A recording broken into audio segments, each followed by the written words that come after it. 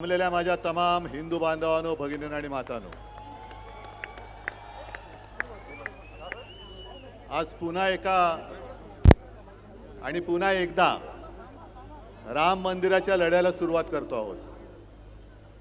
काही वर्षांपूर्वी आपण सर्वजण साक्ष आहात, हिंदू हृदय सम्राट शिवसेना प्रमुखांनी मंदिर निर्माणाच्या लढ्याला एक तेज प्राप्त करून दिलं होतं।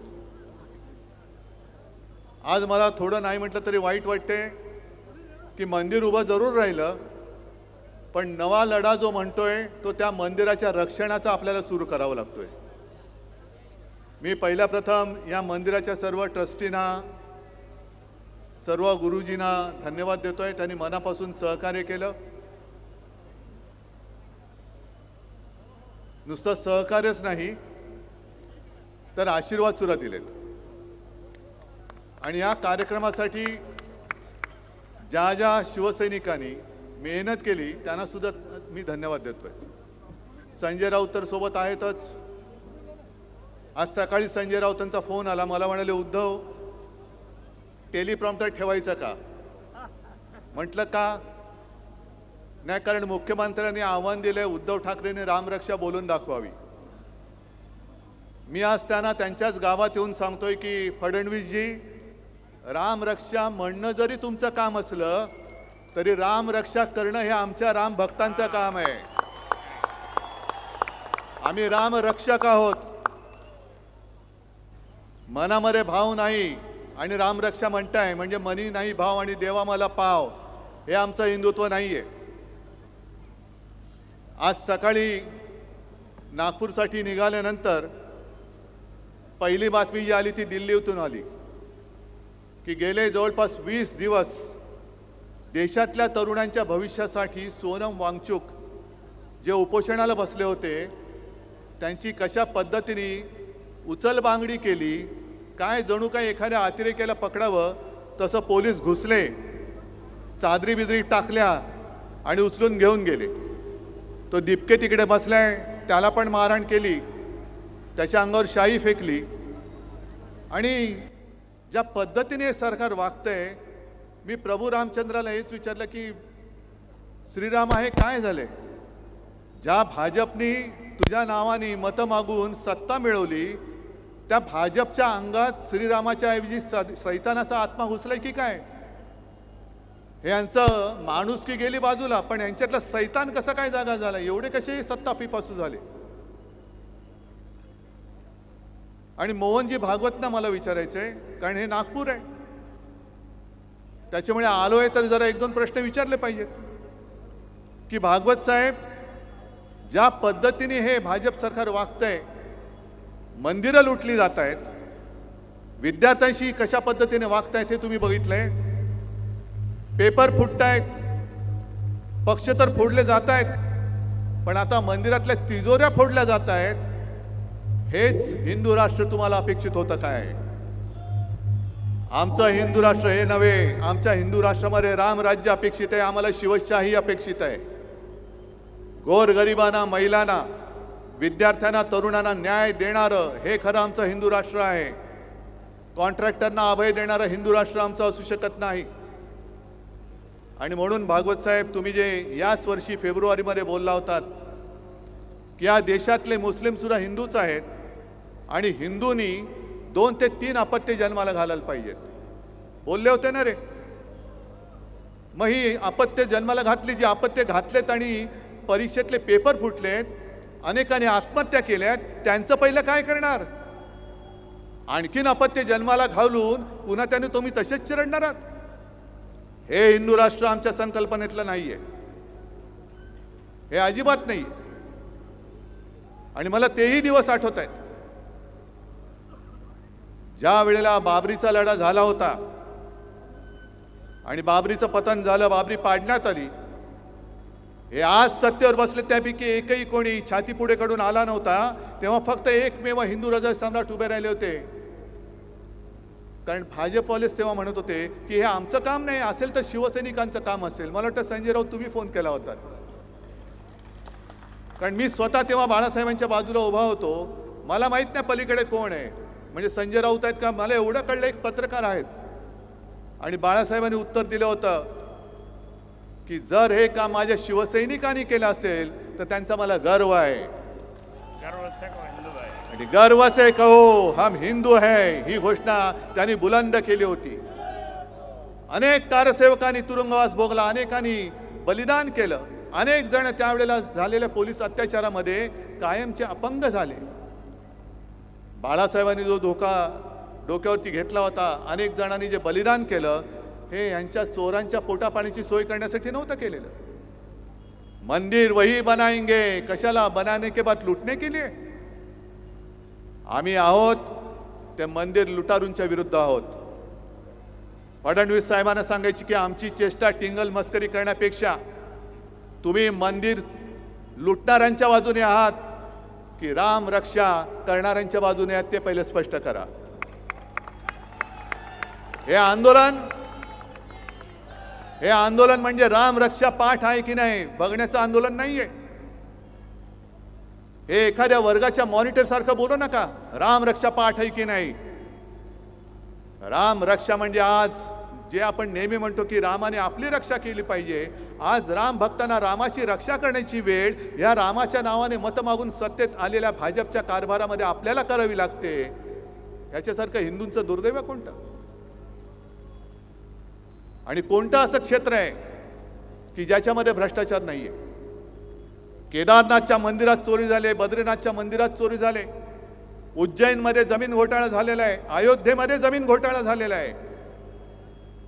अयोध्येमध्ये सुद्धा मंदिराच्या नावाने स्वस्तात जमिनी घेतल्या गेल्या आणि शतपटीने किमती वाढून ट्रस्टला विकल्या गेलेल्या आहेत. हे मी नाही म्हणत, बाकी सगळे म्हणतायत. अनेक जण जे साधू आहेत ते आज राग व्यक्त करतायत, संताप व्यक्त करतायत. आणि एका साधूने तर सांगितलं हे तो मंदिर नाहीये, हे तर म्हणे पैसा गोळा करण्याचं केंद्र झालेलं आहे भाजपचं, ATM. आणि मग आणखीन काही जणांनी म्हणाले की तिथे जो काही पैसा गोळा केला गेला, तिथे जो काय तिजोरीवरती डल्ला मारला गेला, त्यातून आमदार खासदार विकत घेतले गेले. आज मला त्या गद्दारांना सुद्धा बोलायचंय, विचारायचंय. माझ्यावरती आरोप करत होतात बाळासाहेबांचे विचार सोडले. अरे मी बाळासाहेबांचा विचार घेऊन आज सुद्धा ठामपणाने उभा आहे. मंदिर चोरांना आम्ही जाब विचारायला उभे आहोत. तुमच्यामध्ये जर हिंमत राहिली असेल तर तुम्ही भाजपला प्रश्न विचारून दाखवा. त्यांच्या घरचे पाणके होऊ नका. तुमच्यामध्ये जर हिंदुत्वाचं अस्सल रक्त असेल, या गद्दारांच्या अंगामध्ये हिंदुत्वाचं अस्सल रक्त असेल, तर त्याने मंदिर चोरांविरुद्ध आपली भूमिका स्पष्ट करायला पाहिजे. का नाही करत? कारण यांच्यामध्ये दम राहिलेला नाही. लाचार होणारा हा खरी हिंदू नाहीये. इथे जमलेत सगळ्यांच्या डोक्यामध्ये नुसत्या भगव्या टोप्या नाहीयेत. मी हा भगवा झब्बा आणि हातामध्ये भगवा झेंडा हा काही गंमत म्हणून घेतलेला नाहीये. आमच्या अंगामध्ये जे हिंदुत्व शिवसेना प्रमुखांनी भिनवले त्याचं हे प्रतीक म्हणून आम्ही भगवे टोप्या आणि भगवा झब्बा आणि भगवे झेंडे घेऊन फिरतो आहोत. ही काय नाटक कंपनी काढलेली नाहीये. गेल्या वेळेला याच भाजपने आपल्याबरोबर दगाबाजी केली आणि म्हणून आपल्याला महाविकास आघाडीचं सरकार स्थापन करावं लागलं. तेव्हा हेच काऊर करत होते, हिंदुत्व सोडलं. अरे आम्ही हिंदुत्व सोडूच शकत नाही. पण आज मला भाजपला विचारायचंय, तुम्ही का हिंदुत्व सोडलं? तुम्ही का बोलत नाही आहात? आणि माझी तर ठाम मागणी आहे, हे SIT BCT यांनी स्थापन केलेली थोतांड आहेत, ही नाटकं आहेत. एक विषय निर्माण झाले का दुसरा विषय काढायचा की पहिला विषय लोक विसरून जातात आणि मग त्याचंच भांडवल करायचं. आणि त्यांना माहिती आहे लोकांची मेमरी ही जास्त दीर्घकालीन नसते. पण मंदिर लुटीचा विषय आम्ही जोपर्यंत धसास लागत नाही तोपर्यंत आम्ही सोडणार नाही. मुंबईमध्ये केले, नागपूरमध्ये केले, मी तर राज्यात सगळीकडे जाणार आणि बाहेरच्या राज्यात अगदी अयोध्येला आणि काशी विश्वनाथ त्याच्या सुद्धा दर्शनात जाऊन मी महाआरती करेन. कारण हिंदुत्वाला जाग माझ्या वडिलांनी आणलं. होय, घराणेशाही म्हणा पाहिजे तर माझ्या वडिलांनी आणलेली आहे. त्यांनी जागा केलेला हिंदू तुम्हाला मी झोपू देणार नाही. आणि चौकशीची थेरं करू नका, चौकशीची नाटकं करू नका. जर तुम्हाला प्रामाणिकपणाने याचा निकाल लावायचा असेल तर निवृत्त न्यायमूर्तींच्या अधिपत्याखाली चौकशी समिती स्थापन करा. आणि न्यायमूर्ती सुद्धा गोगलगाईसारखे नकोत, तपका आणि आरत्या ओवाळणारे नकोत, तर निस्पृह आणि निष्पक्षपातीपणाने काम करणारे अभय ओकांसारखे निवृत्त न्यायाधीश तिकडे नेमा आणि मग दूध का दूध पाणी का पाणी बघा कशात काय ते शोधा तुम्ही. पण आम्ही कशावरही प्रश्न विचारायचे नाहीत. काही विचारलं तर हे देशद्रोही ठरवतात. आणि या राम मंदिर चोरीबद्दल यांच्यातलेच एक व्यक्ती आहेत, काय बोलतायत बघा. शायद उन्होंने श्रद्धा पूर्वक भाव के साथ भगवान के मंदिर में अर्पित नहीं किया होगा, इसलिए उनका पैसा चोरी. ऐकू येते का रे? हमारा पैसा चोरी नहीं हुआ, हमारा पैसा मंदिर में लगा है. और थोडक्यात सांगतो तुम्हाला, उत्तर प्रदेशचे हे विधानसभेचे अध्यक्ष आहेत सतीश महाना, आणि ते म्हणतायत की ज्यांनी सच्चे श्रद्धा काय भाव के साथ म्हणजे श्रद्धेने ज्यांनी पैसे दिलेले नाहीत त्यांचे पैसे चोरीला गेलेत, आमचे पैसे तसेच आहेत. आणि ज्यांचे पैसे चोरीला गेलेत असं वाटत असेल त्यांना माझ्यासारखे करोडो लोक पैसे द्यायला तयार आहेत. राम मंदिर ही तुमच्या बापाची जागीर नाहीये. आम्ही सुद्धा राम भक्त आहोत. आणि तुम्हाला सगळ्यांना लक्षात असेल की 2 वर्षापूर्वी 22 जानेवारीला अयोध्येमध्ये जेव्हा राम मंदिराचं लोकार्पण झालं होतं, मोदी बसले होते तिकडे, एकही शंकराचार्य त्यांच्या सोबत नव्हता. आणि तेव्हा आपण कुठे होतो? आपण नाशिकच्या काळाराम मंदिरामध्ये होतो. ज्या काळाराम मंदिराचा इतिहास असा आहे, डॉक्टर बाबासाहेब आंबेडकरांनी मंदिरात प्रवेश, हा राम तुझा नाही, हा राम माझा सुद्धा आहे आणि त्याचं दर्शन घेण्याचा अधिकार हा माझा आहे, मला सुद्धा आहे, मला तो मिळालाच पाहिजे म्हणून सत्याग्रह केला होता. तेच ते राम मंदिर. आणि दुसऱ्या दिवशी 23 जानेवारीला मी जाहीर सभेत बोललो होतो, आम्ही जय श्रीराम जरूर बोलतो, जय शिवराय जय श्रीराम, पण आम्हाला राम पाहिजे तो भाजप मुक्त राम पाहिजे. त्या आंदोलनाची सुरुवात आहे भाजपा मुक्त राम. आणि ही चोरी, हा दरोडा हा केवळ दानपेटीवरचा नाहीये, तर हा दरोडा तमाम हिंदूंच्या भावनेवरती, तमाम हिंदूंच्या श्रद्धेवरती घातलेला या मंदिर चोरांनी घातलेला दरोडा आहे.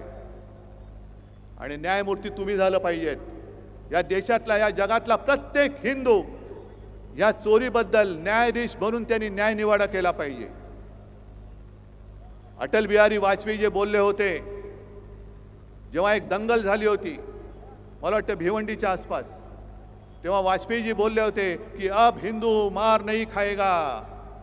मग मी आज तुम्हाला सांगतोय, तुम्ही कसे हिंदू झाले पाहिजेत? जे चोर आहेत त्यांना ठणकावून सांगा, अब हिंदू माफ नहीं करेगा. हिंदू नुसता जागा नाही, हिंदू आता पेटलेला आहे. आज आम्ही सगळ्यांना आमंत्रण दिले होते. देवेंद्र फडणवीसांना दिलं होतं, मोहनजी भागवतांना दिलं होतं, सगळ्यांना. अगदी काँग्रेसची लोक सुद्धा माझ्यासोबत आहेतच. खासदार आहेत, सुनील केदार आहेत, आणखीन कोण कोण आहेत बघा. मी हिंदुत्व सोडलं का यांनी हिंदुत्व धरले? हे राम म्हणजे कोणाची तुमची खाजगी मालमत्ता नाही हो. भाजपचे कोणी आहेत का इकडे? सगळे राम भक्त आहेत. भाजपचे कोणी आहेत? मग हिंदुत्व कोणी सोडलंय? मंदिर चोरांची बाजू घेणारा राम भक्त असू शकत नाही. म्हणून मला फडणवीसांना सांगायचंय की शब्दाचे खेळ करू नका. राम रक्षा येते की नाही? राम रक्षा स्तोत्र येत नसेल, पण मला रामाची रक्षा करायला येते आणि ती केल्याशिवाय मी राहणार नाही, मागे नाही हटणार. जर तुम्हाला असं वाटत असेल की केवळ तुम्हाला राम रक्षा म्हणता येते म्हणून तुम्हाला मंदिराची चोरी क्षम्य आहे, अजिबात नाही. तिकडे लाखो करोडो हिंदूंच्या भावनांनी बांधलं गेलेलं ते मंदिर आहे. गावागावात शिवसेना प्रमुख फिरलेले आहेत, गावागावात शिवसैनिक फिरलेले आहेत. अनेक जणांनी अनेकांनी केसेस अंगावर घेतलेल्या आहेत, पोलिसांचा मार खाल्लेला आहे. छातीवरती वळ उठला तरी मागे न हटता अयोध्येला जाणारे आमचे शिवसैनिक आहेत. आणि त्या शिवसैनिकांना सोबत घेऊन राम रक्षा म्हणण्याचं नव्हे तर राम रक्षा करण्याचा हा लढा मी आजपासून सुरू करतो आहोत. चोरानो मध्ये येऊ नका, चोरानो मध्ये येऊ नका. आणि हा राम भक्त आणि राम मंदिर चोर असा लढा आहे. सगळ्यांनी ठरवायचं तुम्ही कोणत्या बाजूला आहात. राम भक्तांच्या बाजूला आहात की मंदिर चोरांच्या बाजूला आहात. हे फडणवीसांनी उत्तर द्यावं, भागवत साहेबांनी उत्तर द्यावं की तुम्ही कोणाच्या बाजूला आहात. कारण तुमचं जिथे राज्य आहे त्या उत्तर प्रदेशचे अध्यक्ष जर ह्या एवढ्या मस्तवालपणाने बोलत असतील आणि तुम्हाला कोणाला काही वाटत नसेल तर तुमचं हिंदुत्व हे ढोंगी आहे. आज हे मी तुमच्या नागपूरमधून तुमच्यावरती आरोप करतोय. हा लढा जो आहे हा केवळ मुंबई नागपूर पुरता मर्यादित ठेवून चालणार नाही. जसं मी म्हटलं की मी सगळ्या प्रमुख शहरात जाणार आहे, इतर राज्यात सुद्धा जाणार आहे. तुम्ही जिथून जिथून आलात, ज्या गावातनं आलात, ज्या खेड्यातनं आलात, 5 असतील तर 5, 10 असतील तर 10, 25 तर 25, 50 तर 50, पण राम रक्षेचा हा लढा तुम्हाला गावोगावी खेडोपाडी नेलाच पाहिजे.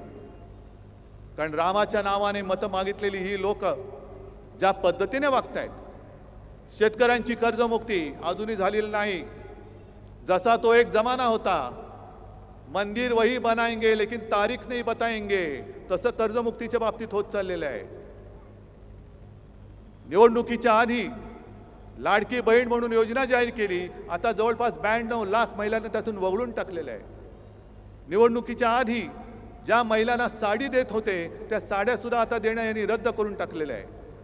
म्हणजे जेव्हा जेव्हा ज्याची गरज असते ती गरजेपुरतं वापरायचं आणि फेकून द्यायचं. आता तर प्रभू श्री रामाला सुद्धा फेकून द्यायला निघालेत. एवढे नीच राज्यकर्ते यापूर्वी मी कधी पाहिलेले नव्हते, आजपर्यंत मी कधी पाहिले नव्हते. पण कर्तव्य आपलं आहे. त्यांना जर असं वाटत असेल की आम्ही काही केलं तरी चालतंय, आम्ही चालू देणार नाही. आज सुद्धा बाळासाहेबांनी उभा केलेला कट्टर कडवट देशाभिमानी हिंदू हा तुम्हाला जाब विचारण्यासाठी तुमच्या समोर उभा राहिलेला आहे. आणि ज्याप्रमाणे आजच्या आंदोलनाला मी सर्व पक्षांना हाक दिली होती की पक्ष बाजूला ठेवा, हा हिंदुत्वाचा लढा आहे, तसंच उद्या आम्ही मुंबईमध्ये करतोय. ते सोनम वांगचुक आणि अभिजित दिपके यांनी जो लढा तिकडे उभारलेला आहे त्या लढ्याला पाठिंबा देण्यासाठी मुंबईमध्ये मी उद्या आंदोलन करतोय. तुम्हाला सुद्धा शक्य असेल उद्या तुम्ही सुद्धा आंदोलन करा. जिथे जिथे तुम्हाला जे जे करता येणं शक्य आहे शांततापूर्ण मार्गाने ते ते करा. अनेकांनी मला विचारलं तुम्ही दिल्लीला जाणार का. म्हटलं जरूर जाईन, पण नुसता कोरड्या शब्दांनी त्यांचं मी समाधान करायला जाणार नाही. पहिले इकडे मी आंदोलन करेन, पहिले मी त्यांना इकडे पाठिंबा रस्त्यात उतरून दाखवेन आणि मग मी त्यांना भेटायला जाईन. कारण सोनम वांगचुक हे 20-25 दिवसापूर्वी, आता उपोषणाला 20 दिवस झाले, त्याच्या आधी 8-10 दिवस म्हणजे गेल्या महिन्यात ते घरी येऊन मला भेटून गेले. अभिजित दिपकेशी सुद्धा माझं बोलणं झालेलं आहे. आणि उद्याचं सुद्धा जे आंदोलन आपण मुंबईमध्ये करतोय तिथे सुद्धा आज या चॅनलच्या माध्यमातून मी सर्व पक्षाच्या सर्व भाषिकांना आवाहन म्हणजे विनंती करतोय की हा जो लढा आहे, जसा हिंदुत्वाचा मंदिर चोराविरुद्ध ढोंगी हिंदूंविरुद्ध आहे, तसाच उद्याचा लढा आपल्या देशाच्या भविष्य असलेल्या युवकांसाठीचा लढा आहे. मी तिथे जात पात धर्म मानत नाही. ज्यांना युवकांबद्दल आस्था आहे, ज्यांना ही दडपशाही चाललेली ती मंजूर नाहीये, ते सगळेजण उद्या तिकडे यावेत. हे आमंत्रण मी आज या चॅनलच्या माध्यमातून सगळ्यांना देतोय. आणि आजपासून हा राम रक्षा म्हणजे रामाचं रक्षण, मंदिराचं रक्षण हे राम भक्तांना करावं लागतंय. त्या लढ्याची सुरुवात होते. तयारी आहे तुमची. ही ठिणगी इकडे टाकलेली आहे. या ठिणगीचा वेगळा वणवा हा राज्यभर नेण्याचा, निदान विदर्भात नेण्याचं काम हे तुम्हाला करावं लागणार आहे. कारण हा विदर्भच नेहमी भरघोस मताने भाजपला निवडून आणून देत असतो. जर विदर्भाने त्यांचा पाठिंबा भाजपच्या मागणं काढला तर भाजप भुसकन खाली पडल्याशिवाय राहणार नाही. आणि का काढणार नाही, केवळ हिंदुत्व म्हणून नाही तर शेतकऱ्यांची फसगत होते, बहिणींची फसगत होते.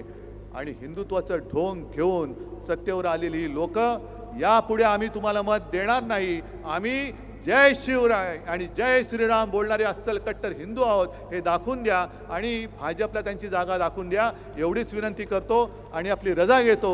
जय हिंद, जय महाराष्ट्र.